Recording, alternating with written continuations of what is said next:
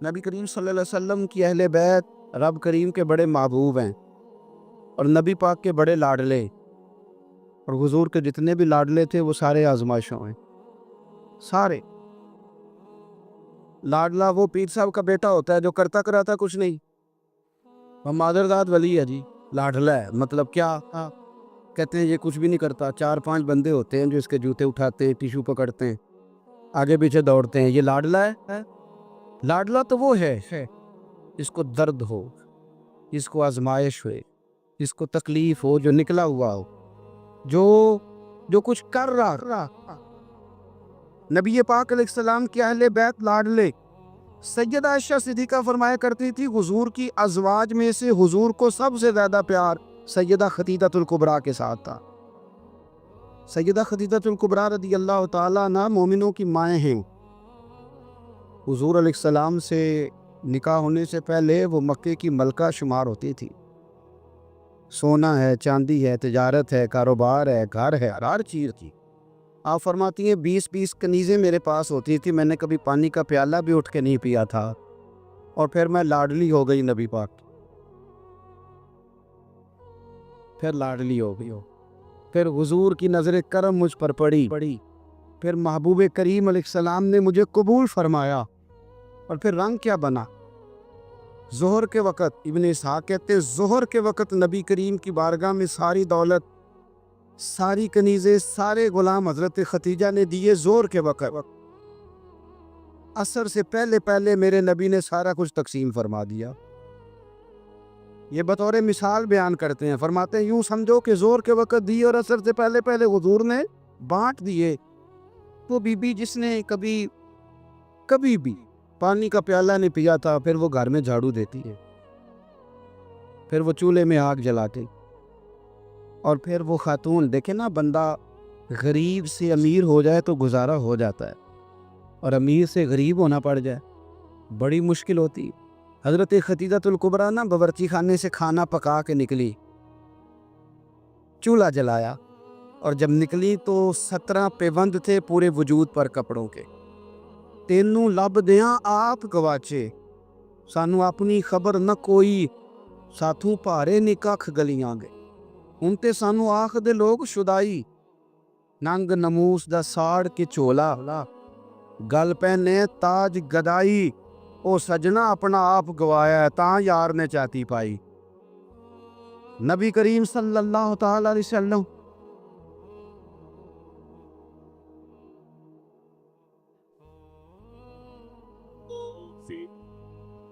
سنیں حضرت خدیجہ نا کھانا پکا کے نکلی نبی پاک کے لیے، پرانا دوپٹہ، پیوند لگے کپڑے، ہاتھ کام کیا ہے تو ان پہ تھوڑی سی مٹی بھی لگ گئی۔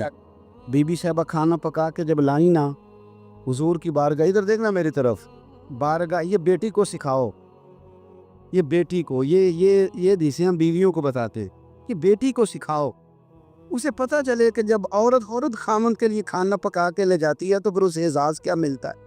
حضرت خدیجہ الکبریٰ وہ کھانا پکا کے لائیں، اور جب نبی رحمت علیہ السلام کے سامنے کھڑی ہوئی نا تو حضور غور سے چہرہ دیکھنے لگے، غور سے۔ حضرت خدیجہ عرض کرنے لگی حضور کیا دیکھ رہے ہیں؟ فرمایا خدیجہ دیکھ یہ رہا ہوں کہ آپ کے آنے سے پہلے جبریل امین آ گیا، اور وہ کہہ رہے تھے کہ یا رسول اللہ خدیجہ کھانا پکا رہی ہے، جب لے کے آ جائے تو اسے اس کے رب کا سلام کہہ دیجیے گا، اسے اس کے رب کا سلام دے دیں۔ کیوں؟ اس لیے کہ جب آپ قربانی دیتے ہیں، جب آپ احسار کرتے ہیں، جب آپ کچھ کر کے دیتے، میرے معاشرے میں، میرے زمانے میں میری طرح کے سینکڑوں لوگ ہیں جن کی موجیں لگی ہوئی ہیں، کیا کرایا کچھ نہیں، کچھ بھی نہیں۔ ہم نے نا دین سے کچھ لیا ہے، دیا نہیں، اور ہمارا آج بھی لینے کا شوق ہے، دینے کا نہیں۔ میں اگر روز میں کہتا ہوں روز کہ اسلام اور وہ لوگ فلانا بندہ خدمت نہیں کرتا، فلانا عزت نہیں کرتا، فلانا قدر نہیں کرتا، کوئی اگر مجھ سے پوچھ لے کہ صاحب آپ نے کیا دیا ہے، ہم روز دعائیں مانگ رہے ہیں، التجائے کر رہے ہیں، تعویذ لے رہے ہیں، مانگ رہے ہیں، اگر کبھی ہم اپنے دل کی عدالت لگائیں اور پوچھیں ہم نے مذہب کو کیا دیا، وہ 5000 روپیہ جو ہم مسجد میں دیتے ہیں نا، وہ بھی 25 جگہ پہ لوگوں کو خبر ہوتی ہے کہ دے دیا ہے،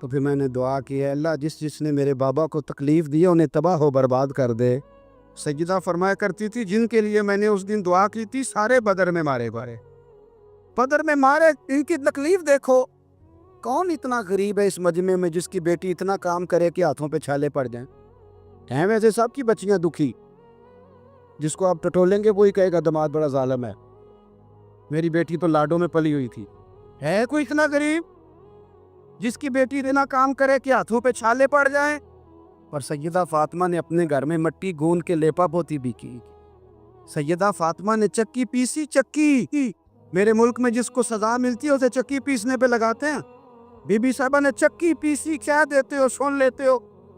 کبھی پتہ ہے آپ کو کہ خاتون خامہ واشنگ مشین پر کپڑے دھوتی ہے تو رات کو کہتے ہیں 2 گولیاں لا دو پینا ڈال کے، بڑی تھک گئی۔ او بھائی چکی پیس کے کھانا پکایا اور ایک وقت کھایا کہ ایک وقت بھوک کاٹی، اذیت اور تکلیف میں وقت گزارا۔ حضرت مولا علی کا جب نکاح ہوا تو اپنا مکان کوئی نہیں تھا، مسجد میں سوتے تھے۔ حضرت عارصہ بن نعمان کا مکان محبوب نے لے کر دیا، اس میں وقت گزارا۔ تکلیفیں ہیں، آزمائشیں ہیں، لیکن جب دین کو کچھ دینے کی باری آتی، حضرت سیدنا سلمان فارسی فرماتے ہیں نبی کریم علیہ السلام کے پاس مہمان آیا تو حضور علیہ السلام نے فرمایا میرے گھر میں ظاہری طور پر کچھ نہیں، جاؤ کہیں سے پتہ کرو۔ جناب سلمان فارسی فرماتے ہیں میں حضرت علی کے دروازے سے گزرا تو مولا علی پوچھنے لگے خیریت ہے؟ میں نے کہا مہمان آیا ہے۔ توجہ ہے میری بات پر؟ سمجھ آ رہی ہے آپ حضرات کو؟ مہمان آیا ہے، اس کے پاس کھانے کو کچھ نہیں، تو کہتے ہیں میں مولا علی سے باتیں کر رہا تھا تو سیدہ فاطمہ اندر سن رہی تھی، کہنے لگی علی انہیں روک لو، انہیں روکو۔ تو مولا علی پلٹ کے کہنے لگے فاطمہ 4 دن سے تو بچوں نے کچھ نہیں کھایا۔ فرمایا ان کی خیر ہے، مہمان کے لیے میرے پاس ہے۔ وَيُكْسِرُونَ عَلَىٰ أَنفُسِهِمْ وَلَوْ كَانَ بِهِمْ خَصَاصَةٌ، ان کے لیے میرے پاس ہے۔ کہا کیا؟ فرمایا گھر میں ایک بستر پڑا ہے، میں کون سا کبھی کبھار تو استعمال کرتی ہوں، جاؤ کسی کے پاس گروی رکھ دو یا بیچ دو۔ او یارو کب ایسا ہوتا ہے، لیکن قربانی ہوتی ہے۔ حضرت سلمان فارسی کہتے ہیں میں شمون یہودی کے پاس لے کے گیا، توجہ ہے نا میری بات پر؟ میں نے کہا یہ گروی رکھ لو یا خرید لو اور ہمیں ایک مہمان کے لیے 3 وقت کا کھانا دے دو۔ تو کہتے ہیں وہ خوشبو سونگھ کے کہنے لگا کہاں سے آیا ہے؟ میں نے کہا مولا علی کے گھر سے۔ کہتے ہیں وہ دوڑ کے اندر گیا، پھر آیا، پھر گیا، پھر آیا، تیسری دفعہ واپس آیا تو اس کے ہاتھ میں کچھ صفحے تھے۔ میں نے کہا یہ کیا ہے؟ کہنے لگا میں نے تورات میں پڑھا تھا کہ محمد صلی اللہ علیہ وسلم اور اصحاب محمد آخری محبوب کا طریقہ یہ ہوگا، ان کے غلاموں کا طریقہ یہ ہوگا کہ وہ اپنی جان پر بوجھ برداشت کر کے بھی غیروں کی مدد کریں گے۔ میں نے ساری نشانیاں دیکھ لی تھی، آج یہ نشانی بھی پوری ہو گئی، سودا بھی لے جا، کمبل بھی لے جا اور مجھے بھی لے جا تاکہ جا کے میں مصطفیٰ کا کلمہ پڑھ لوں، حضور کا غلام ہو جاؤں۔ بھائی قربانی، اظہار، کچھ دینا، دین کے لیے کچھ کرنا، اپنی خدمات کو پیش کرنا اور مخلص ہو کر، خالص ہو کر۔ یہ بہت زیادہ پوسٹر چھپتے ہیں نا جب ہمارے، اب ہم تو منع میری نہ کر سکتے، 20 30 آدمی بھیا کے وقت ویڈیو بناتے، کسی وقت نہ شیطان حملہ بھی کرتا ہے، وہ کہتا ہے دیکھا کتنی بلے بلے، اس شہر میں بھی اتنے لوگ تھے، فلانی جگہ بھی۔ یہ بڑی مصیبت ہے، آپ کو اپنے آپ کو روک کے رکھنا، کہیں کھڑا کرنا، یہ ایک بہت بڑی آزمائش ہوتی۔ اس لیے ملا رومی نے پورا کلام لکھا ہے، وہ کہتے ہیں زوال والے پر تو آزمائش ہی کوئی نہیں ہوتی، آزمائش تو ہوتی عروج والے پر، زوال والے کو کیا۔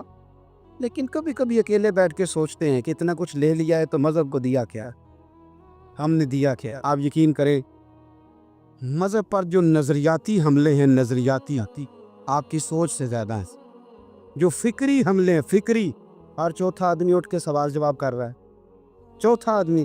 میں دیانتداری سے کہتا ہوں، ذمہ داری سے، جتنے عوام کو میں جانتا ہوں وہ دل پہ ہاتھ رکھ کے آج بھی ان کو انشراح صدر ہی نہیں تھے۔ آج تک بہت سارے لوگ ایسے ہیں جو آج تک دل سے اس بات پر راضی نہیں کہ ملک میں نظام مصطفیٰ نافذ ہو رہے۔ میں حکمرانوں کی بات نہیں کر رہا، میں اپنی اور آپ کی کر رہا ہوں۔ کتنے فیصد لوگ ہیں جو یہ چاہتے ہیں؟ سوال ہی نہیں پیدا ہوتا، ہمارا مزاج ہی نہیں ہے، انشراح صدر ہی نہیں لوگوں کو نصیب۔ کتنے لوگ ہیں جو کہتے کام چل رہے بس چلنے دو۔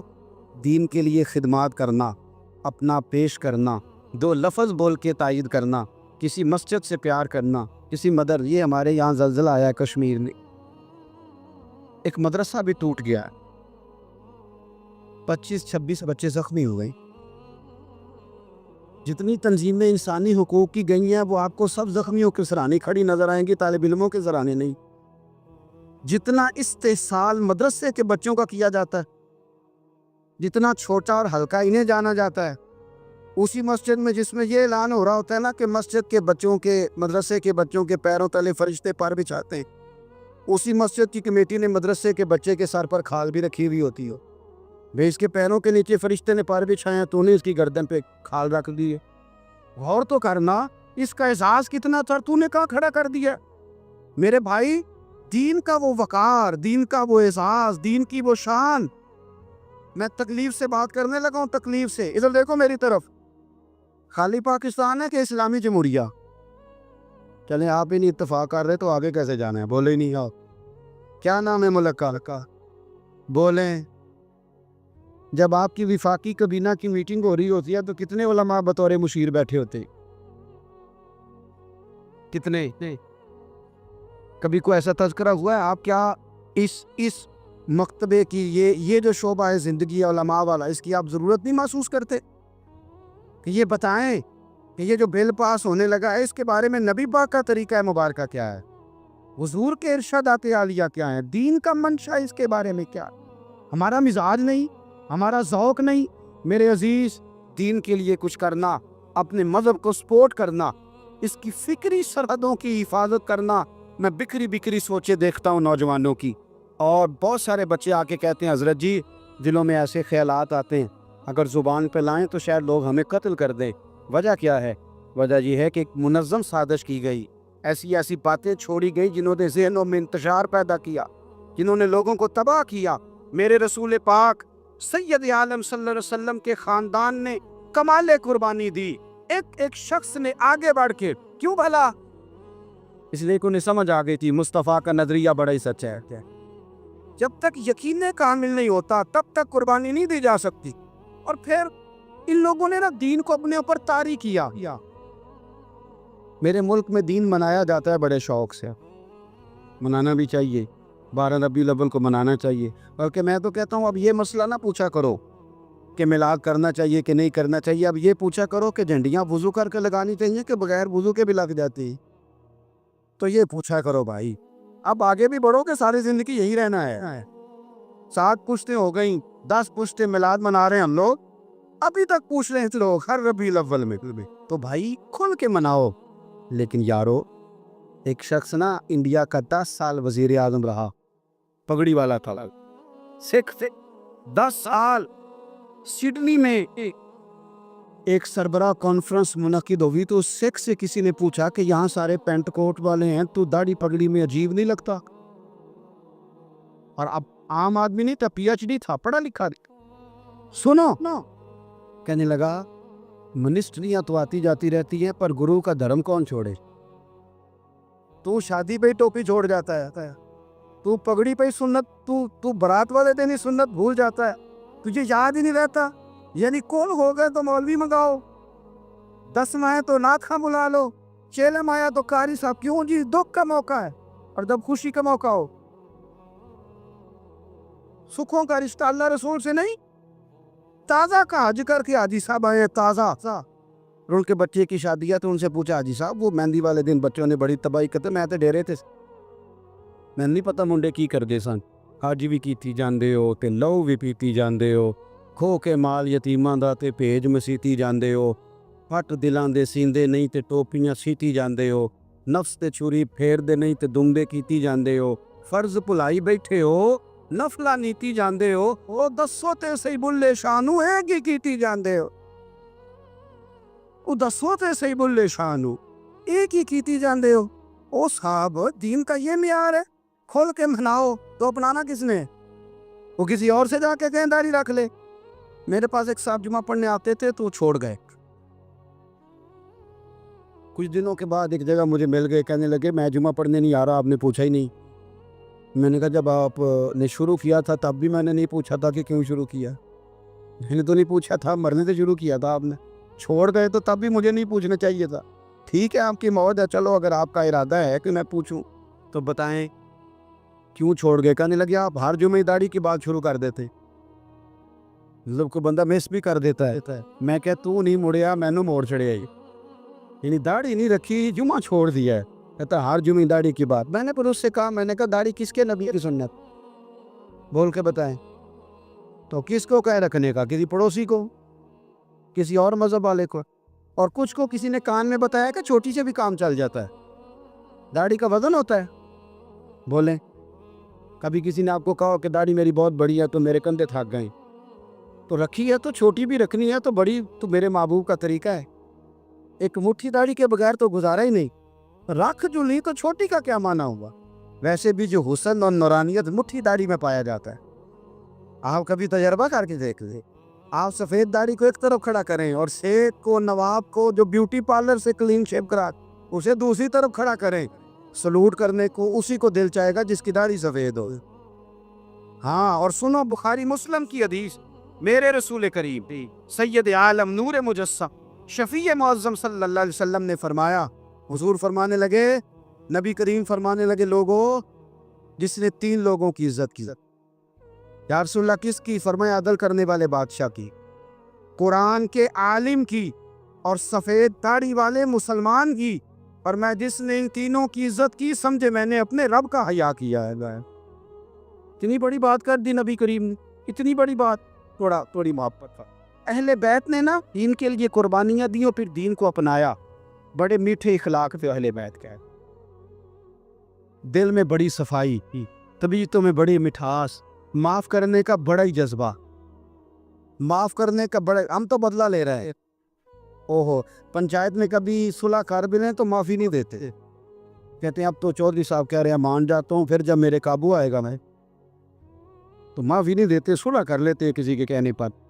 امام حسن رضی اللہ تعالیٰ عنہ, امام حسین نے بھی بڑی قربانی دی, سر دیا ہے, پر جو قربانی امام حسن نے دی ہے نا, امام یہاں کونسلری کو بندہ چھوڑتا, کونسلری, وہ جس لیڈر کی کل لوگ تعریفیں کر رہے ہوتے تھے, وہ ایم پی کا ٹکٹ نہ دے تو بندے پارٹی بدل جاتے ہیں. ایک سیٹ چھوڑنے کو تیار نہیں, پر امام حسن نے پوری حکومت چھوڑ دی اور میرے محبوب کی امت کو اکٹھا کر دیا, اور سرکار کا وہ فرمان سچا ثابت کر دیا کہ یہ میرا بیٹا سید ہے. جب مسلمانوں کی 2 جماعتیں لڑیں گی تو صلح کرائے گا. امام حسن اپنی ایک بیوی کو طلاق دینا چاہتے, اتنے اختلافات ہو گئے کہ بات طلاق تک چلی گئی. امام حسین آئے, کہنے لگے بھائی سنا ہے طلاق دے رہے ہو بھابھی کو؟ سنانے لگے ہاں. کہا کیا ہوا, کیا بات ہوئی, جھگڑا کیا ہے بتائیے. تو امام حسن مسکرا کے کہنے لگے, حسین آپ نے قرآن مجید نہیں پڑھا؟ کہا پڑھا ہے, کہ اللہ فرماتے ہن لباس لکم وانتم لباس لہن, مرد عورتوں کا لباس ہیں, عورتیں مردوں کا لباس ہیں. وہ میری بیوی ہے, اس میں غلطیاں ہیں, طلاق دینے لگا ہوں, پر میں تو اس کا لباس ہوں نا, غلطی ہوگی تو پردہ ڈالوں گا. تو حسین میں اس کے پردے ڈالوں گا, میں تمہیں نہیں بتاؤں گا. امام حسین نے اٹھ کے امام حسن کا ہاتھ چوما, کہنے لگے بھائی جان آیت پہلے بھی پڑھی تھی, تفسیر آج سمجھ میں آئی ہے. اختلاف اتنا شدید ہے کہ طلاق ہو رہی ہے, پر غیبت کرنے کو تیار. لیکن ہمارا کیا حال ہے, شک کی بنیاد پر ہی, شک کی بنیاد پر ہی. وہ مولوی کتنے بڑے پیسے کھا گیا مدرسے کے, تو میں نے کہا تم نے جتنے دیے تھے میرے ساتھ چلو, میں تمہیں حساب لے دیتا ہوں. باقی اگر کہیں اور سے آئے تھے, کوئی اور کھا گیا, تو تمہیں ہاتھ ملنے کی کیا ضرورت. ایسی بدگمانیاں, بری باتیں, اس سے انسان کا اپنا من میلا ہوتا ہے, زبان گدلی ہوتی, کسی کا کیا جائے. کچھ دنوں کے بعد امام حسن نے طلاق دے دی, تو امام حسین دوبارہ آئے, کہا بھائی اب آپ نے طلاق دے دی, ابھی بتا دے اختلاف کیا تھا. تو امام حسن پھر مسکرائے اور ماننے لگے حسین وہ غیر محرم ہو گئی ہے, میں کسی غیر کی باتیں تیرے ساتھ کیوں کروں, غیر محرم بی بی کی. امام حسین نے اٹھ کے سینے سے لگا لیا, فرمانے لگے مجھے ناز ہے, اللہ نے آپ جیسا بھائی عطا فرمایا. یہاں کیا سٹیٹس ہے پتہ ہے ہماری میٹنگ کیا ہوتی ہے؟ گپ شپ. گپ شپ نا چغلی کا نام بدل کے ہم نے گپ شپ رکھا ہے.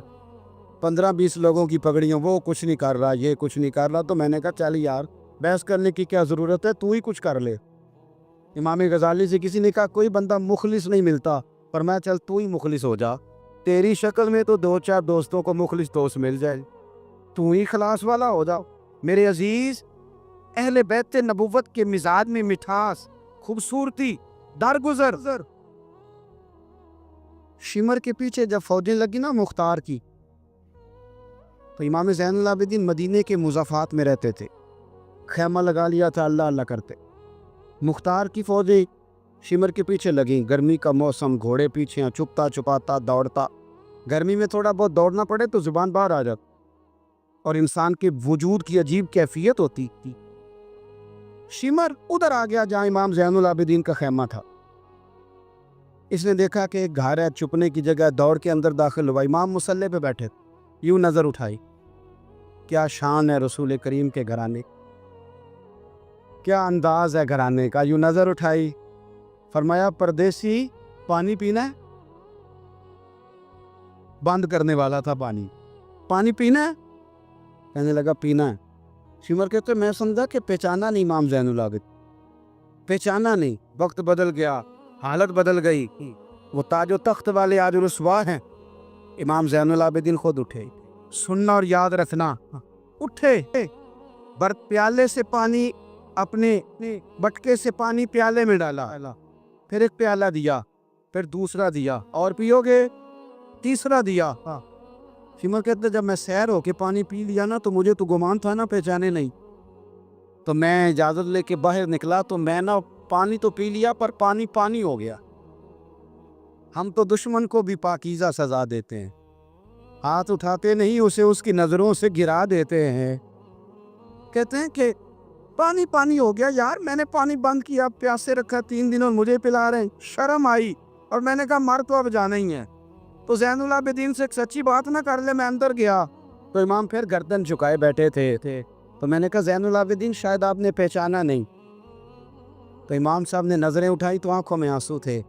فرمایا کیوں نہیں پہچانا؟ جب تو اندر داخل ہوا ہے تو مجھے 6 مہینے کا علی اصغر اسی وقت یاد آ گیا تھا۔ جب تو اندر آیا ہے تو میرے چچا کے کٹے ہوئے بازوؤں میں جو درد تھا اور میری پھپھی کی آنکھوں میں جو آنسو تھے مجھے سارے یاد آئے تھے۔ اور وہ کہاں کربلا اور کہاں دمشق، تم نے نیزے پہ لٹکا کے میرے باپ کا جو سار گلیوں میں گھمایا مجھے سارا یاد آیا تھا۔ شمر کہتا میں نے گھبرا کے کہا پھر پانی کیوں پلایا؟ کر پہچان کہتے تو پانی کیوں پلایا؟ کہتا یوں کر کے آنسو پوچھے امام نے۔ فرمانے لگے میری مجبوری ہے، میں ساقی کوثر کا نواسا ہوں، میری مجبوری ہے، مجھے پلانا تھا، میں مجبور ہوں، اس لیے کہ مصطفیٰ کا نواسا ہوں۔ انہوں نے ہمیں سکھایا ہے کہ جو پانی نہ دے اسے پیالے بھر بھر کے پلانا چاہیے۔ کدھر گیا میرا اور آپ کا کردار؟ چھوٹے چھوٹے دل پہ اتنی بات میں جھگڑا۔ ہو سکتا ہے ساقی صاحب سے بھی میں ناراض ہو جاتا اگر اسٹیج پہ بڑی کرسی نہ رکھتے۔ اتنا سا دل بس، ہو سکتا ہے بگڑ جائیں ایک دوسرے سے کہ مجھے بلایا ہی نہیں، نعرے نہیں لگائے، بندہ استقبال کوئی نہیں بھیجا۔ او بھائی یہ تو چھوٹے لوگ اس طرح کی باتیں کرتے ہیں، یہ تو کچی پکی باتیں۔